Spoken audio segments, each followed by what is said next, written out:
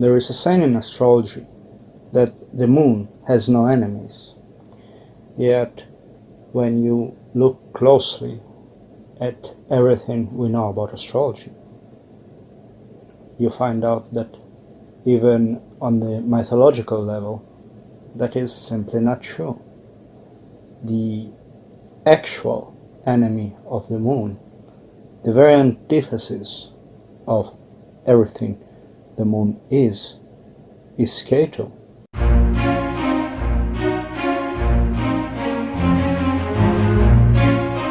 You see, both in mythology, in the legend of the churning of the ocean, and in terms of astrological symbolism, the moon and Ketu are basically arch enemies. Now, to understand why that is, we must first look at what each of them represents. The moon represents our brain, our mind, our emotions, the way we see the world. Now, Ketu is a body without a head. He has no mind. He has no emotions. He simply acts on instinct. So already we see a dichotomy, a polar opposite.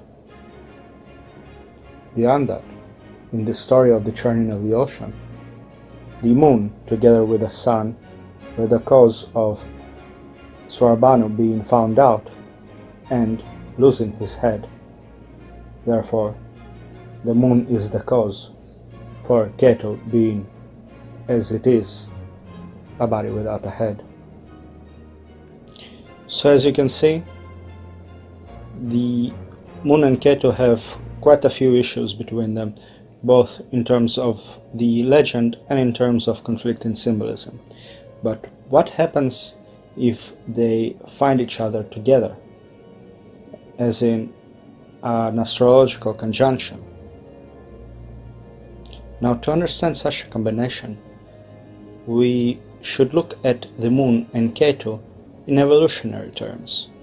You see, Ketu would represent the most primitive parts of our brain because, again, his instincts.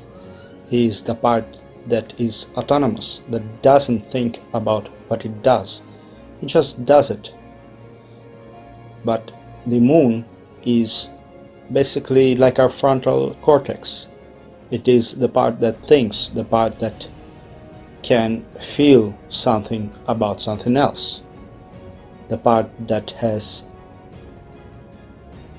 empathy, which is one of the first things we should consider in the influence of Ketu on the moon. You see, Ketu doesn't have empathy. One might call it the ultimate psychopath, because if you don't care about the feelings of others, then you don't care what you do to them. You see, if we examine animals that are incapable of emotions, we will see quite a bit of cruelty. For example, predators don't feel empathy to their prey. If they did, they would be less effective predators. Now, this is a good analogy for Ketu because it is, again, instincts without emotions. But more importantly, what happens if those instincts are manifested, but you suddenly do have emotions? What happens if you are a predator that needs to catch prey, kill it, tear it apart, yet you do feel empathy? Well, that is where the troubles begin. In fact, the analogy of a predator that feels empathy to its prey is one of the main components of PTSD in soldiers. You see, they can empathize with both their fellow soldiers and with the enemy because they see both as human beings. And when they see horrible things happening to other human beings, it becomes etched in their heads like Well, the closest analogy would be constant rewind of The Walking Dead, but far more real, far more personal. And this is perhaps the best analogy one can give to what Moon-Ketu conjunction actually does. Now, this doesn't have to be PTSD. It can also be phobias, because again, one is faced with something that he can empathically feel, yet it is too horrible to deal with. An interesting metaphor would be the legend of Sleepy Hollow, where the school teacher is an excellent metaphor for the moon. He is emotional, he is a caretaker for children, a mother figure, and he is being attacked by a headless rider. Now, that headless rider is a perfect metaphor for Ketu. A. It is a figure from the past, a ghost. B. It has no head. And C. It is a terrifying sight psychologically, but not necessarily physically, because in the novel it doesn't actually kill the schoolteacher, yet it scares the living daylight out of him. Now, aside from the mind, the moon also symbolizes the person's mother. And how would the mother be affected if there is a Moon-Ketu conjunction? Well, that's quite interesting, because let's again return to the evolutionary equation.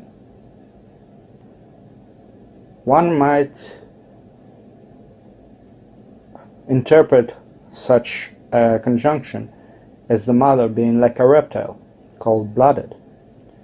This will, of course, affect the child's development. There will be a problem of not feeling loved, a problem with the relationship between the child and the mother. Perhaps the mother is absent for some reason, because Ketu can also represent separation. Now, the psychological effects are repressed emotions and lack of empathy, which brings us again to psychopathy and even sociopathy, because both of these are a form of detachment from our emotions, and as a result, from fellow human beings. We don't see them as we see ourselves. Instead, we see them as prey. Now, you might have noticed that I've just used us in that sentence, and that is because in certain situations that is exactly what happens even if you don't have a Ketu Moon conjunction in your horoscope. You see, even a temporary conjunction such as the one occurring in a lunar eclipse will produce a different emotional expression, a different expression of empathy. And one can see that in the anecdotal statement that a full moon causes a full ER. You see, if one is less in control of his mind, then of course you will see more accidents or more violence. Now, as scary as all this sounds, it doesn't mean that everyone with a Moon-Ketu conjunction will have any of the aforementioned symptoms. In fact, the symptoms can be quite mild, because there is another thing to take into consideration, which is the dignity of both the Moon and of Ketu. One should also consider the house in which the conjunction takes place, because that will also affect the outcome. Now, let's say the conjunction takes place in the 4th house, and both the Moon and Ketu are in relatively good dignity, with the 4th house being strong. Well, in that case, it can represent someone who has quite an ability with real estate. A good example would be Donald Trump, because he actually has the aforementioned conjunction in his horoscope. Now, the flip side would be if the Moon and Ketu are in bad dignity or afflicted by a malefic. Now, that, even in the 4th house, can mean some serious trouble.